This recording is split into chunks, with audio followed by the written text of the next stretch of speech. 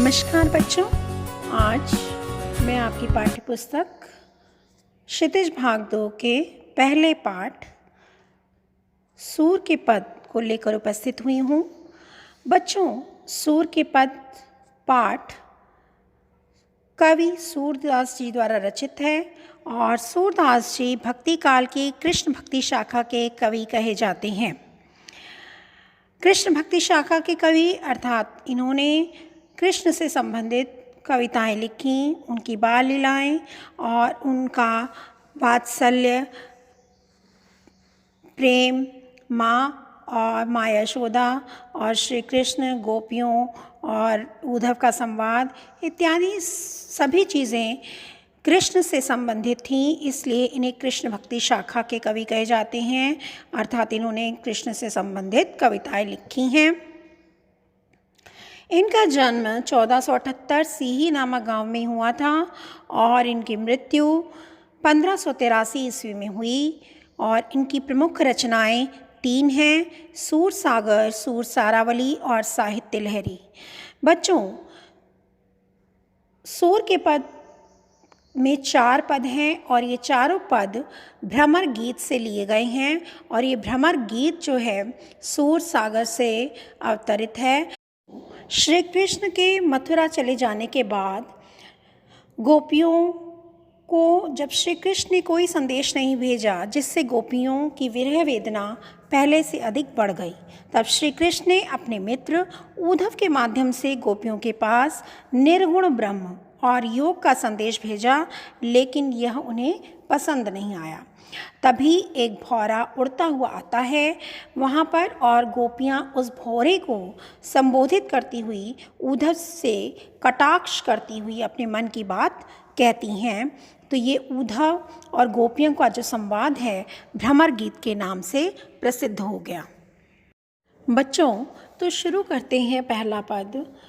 पहला पद है: ऊधो तुम हो अत बड़ भागी, अपरस रहत स्नेह तगास्ते, नाहिन मन अनुरागी। पुरीन पात रहत जल भीतर, तारस देह न दागी, ज्यों जल माहि तेल की गागर, बूंद न ताको लागी। प्रीत नदी में पाँव न बोर्यो, दृष्ट न रूप परागी, सूरदास अबला हम भोरे, गुर चाटी ज्यों भागी। तो बच्चों, इसमें सूरदास जी का गहरा प्रेम है श्री कृष्ण से। और जब श्री कृष्ण वृंदावन छोड़ करके मथुरा चले जाते हैं तो गोपियाँ जो हैं वियोग से व्याकुल हो जाती हैं उनके वियोग में, और श्री कृष्ण तब उद्धव को भेजते हैं संदेश लेकर के, योग का संदेश लेकर के गोपियों के पास। और कभी कभी तब जो गोपियाँ हैं उद्धव पर व्यंग कसती हैं और ये व्यंग जो है एक भौरे को संबोधित करके कसती हैं, कटाक्ष करती हैं उद्धव पर। ठीक है, तो उद्धव तुम हो अत बड़भागी।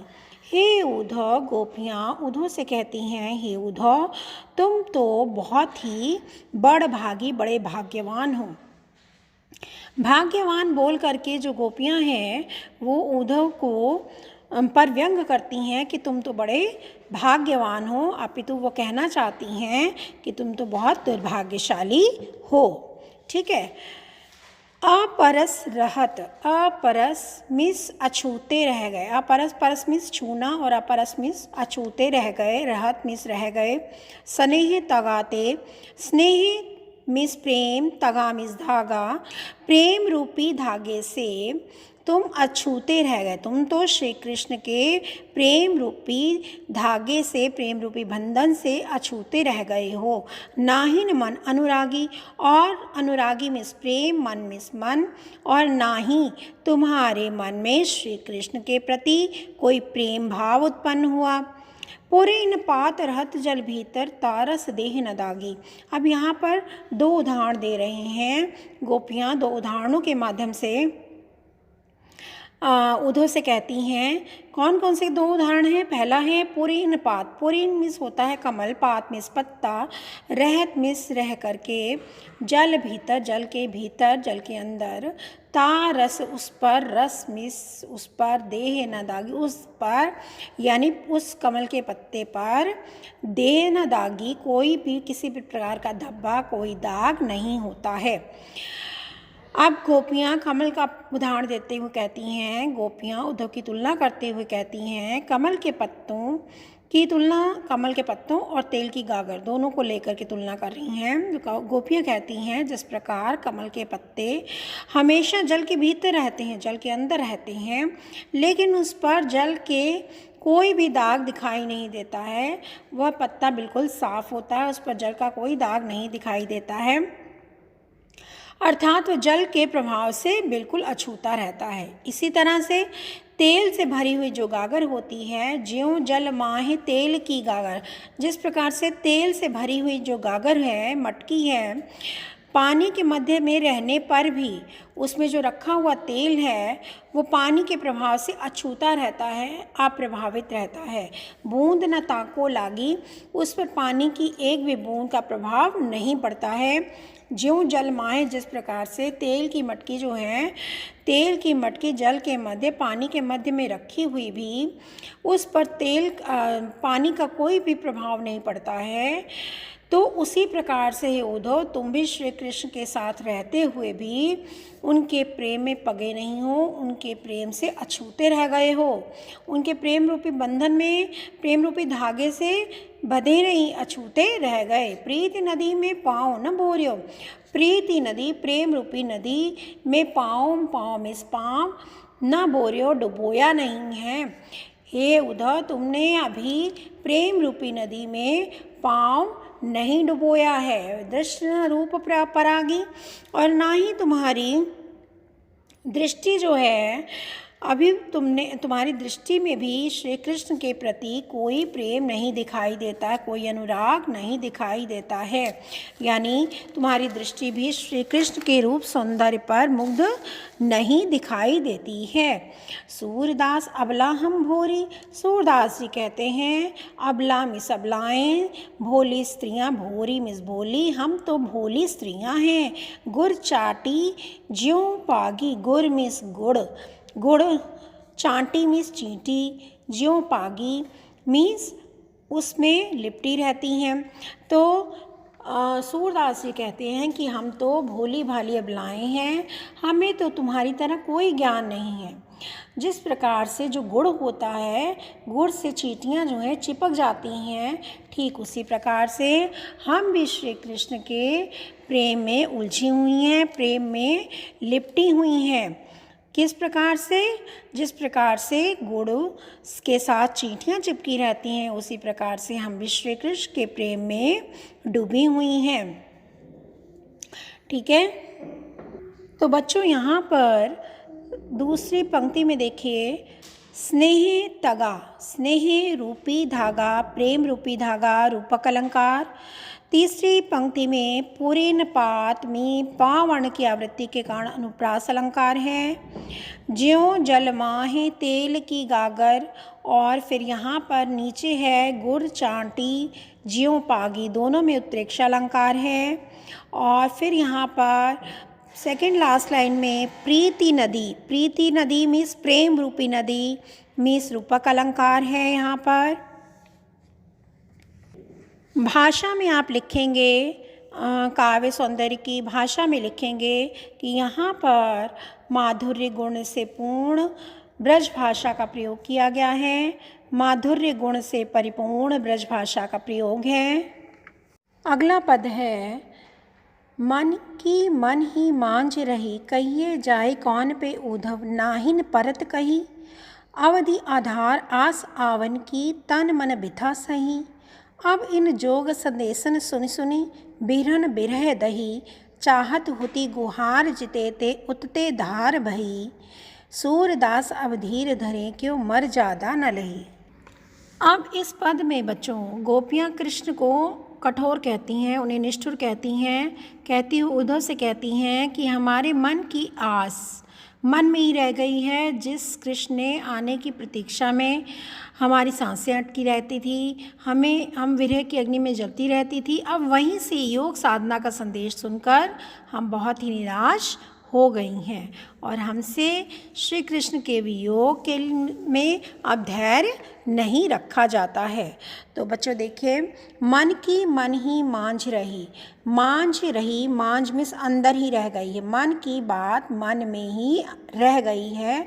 गोपियाँ उद्धव से कहती हैं हमारे मन की जो इच्छाएं थी, अभिलाषाएं थी, हमारे मन की बात थी, वो मन में ही रह गई है। कहिए जाए कौन पे उद्धव, क्योंकि श्री कृष्ण से हम कह नहीं पाई और श्री कृष्ण चले गए। ठीक है, कहिए जाए कौन पे उद्धव, नाही परत कही। आप श्री कृष्ण से हम कह नहीं पाए अपनी बात, अपने प्रेम की बात, और वह चले गए। तो हे उद्धव, अब बताओ, अब तुम ही बताओ कि हम अपनी व्यथा किसे जाकर कहें। कहिए जाए कौन पे उद्धव, हे उद्धव बताओ हम अपनी व्यथा जाकर किससे कहें। ना ही परत कही, अर्थात ना ही उनके अभाव में हम अपनी भावना, अपनी प्रेम की भावना को व्यक्त कर सकें, और जो प्रेम की पीड़ा को कहा भी नहीं जा सकता, ना ही परत कही, और इस प्रेम की पीड़ा को कहा भी नहीं जा सकता। अवधि आधार आस आवन की, अवधि को आधार मान करके, आस मीन्स आशा, आवन मीन्स आने की, श्री कृष्ण के आने की। अब तक हमने क्या किया था, अब तक हमने श्री कृष्ण के आने की अवधि को अपने प्राणों का आधार बनाया हुआ था। तन मन बिथा सही, और इसी आशा में हमने तन और मन की बिथा में इस पीड़ा को सहन किया, दुख को, व्यथा को सहन किया। अब इन जोग संदेशन सुनी सुनी बिरहन बिरह दई, लेकिन तुम्हारे इन जोग के संदेशों को सुन सुन करके बिरहन बिरह दही, बिरह मीन्स दुख। ठीक है, बिरहन बिरह दही। अब जो विरह व्यथा थी और भी बिरहनी, बिरहनी मीन्स भड़क उठी है और भी अधिक गहरी हो गई है ये विरह की व्यथा। यह विरह और यह व्यथा जो है, दुख है बिछड़ने का, यह और भी अधिक हो गया है। चाहती होती गुहार जितेते उठते धार वही, हम अर्थात हम विरह की ज्वाला में जलती जा रही हैं। और दुर्भाग्य देखो, वो कहती हैं गोपियाँ उद्धव से, चाहत होती, जहाँ से हम चाह रही थी क्या, गुहार मीन्स रक्षा, जितेते, जहाँ से हमें रक्षा की उम्मीद थी, जहाँ से हमें यह आशा थी कि यहाँ से हमारी रक्षा होगी, उस जगह से, यहाँ से हमें सहारा मिलेगा। उतते धार बही, अब उधर से भी योग साधना की धारा ही बहती चली आ रही है। उतते धार बही, कौन सी धारा बह रही है, योग संदेशों की धारा बहती चली आ रही है। अर्थात हम चाह रही थी कि श्री कृष्ण हमसे आकर मिलेंगे और हम अपने प्रेम को व्यक्त कर पाएंगे श्री कृष्ण के सम्मुख, परंतु ऐसा नहीं हुआ, और उन्होंने भी उल्टे हमें क्या भेज दिया, योग का संदेश भेज दिया है। सूरदास अब धीर धरे क्यों, मर्यादा न लाई। सूरदास जी कहते हैं कि गोपियों के माध्यम से कहते हैं कि अब तो श्री कृष्ण ने स्वयं ही मर्यादा न लाई, सारी लोक मर्यादाएं त्याग दी हैं। तो गोपियाँ कहती हैं कि अब हम धीरज क्यों धरे, सूरदास अब धीर धरे क्यों। गोपियाँ कहती हैं कि अब हम धैर्य क्यों रखें, क्योंकि श्री कृष्ण ने स्वयं लोक मर्यादाओं को त्याग दिया है, उन्होंने हमारा प्रेम नहीं निभाया, अपितु हमें धोखा दिया है, और स्वयं आने के बदले योग के संदेश भेज दिए हैं उद्धव के माध्यम से। तो भला हम धैर्य कैसे धारण रख सकती हैं। बच्चों, इसमें भाषा जो है ब्रज भाषा का प्रयोग है। और देखिए इसमें बच्चों, यहाँ पर तीसरी पंक्ति में अवधि आधार आस, यहाँ पर अवर्ण की आवृत्ति के कारण अनुप्रास अलंकार है। फिर चौथी लाइन में आइए, चौथी पंक्ति में सुनि सुनि में पुनरुक्ति प्रकाश अलंकार है। उसी के आगे देखिए बिरहनी बिरह में फिर से अनुप्रास अलंकार है। फिर उसके बाद आखिरी पंक्ति में आए धीर धरे में ध वर्ण की आवृत्ति के कारण फिर से अनुप्रास अलंकार का प्रयोग किया गया है। तो यहाँ पर बच्चों दूसरा पद भी समाप्त हो जाता है। उम्मीद है ये दोनों पद आपको बहुत अच्छे से समझ में आ गए होंगे। हम अपनी अगली वीडियो में पाठ के शेष भाग के साथ आपसे फिर मिलेंगे। तब तक के लिए धन्यवाद।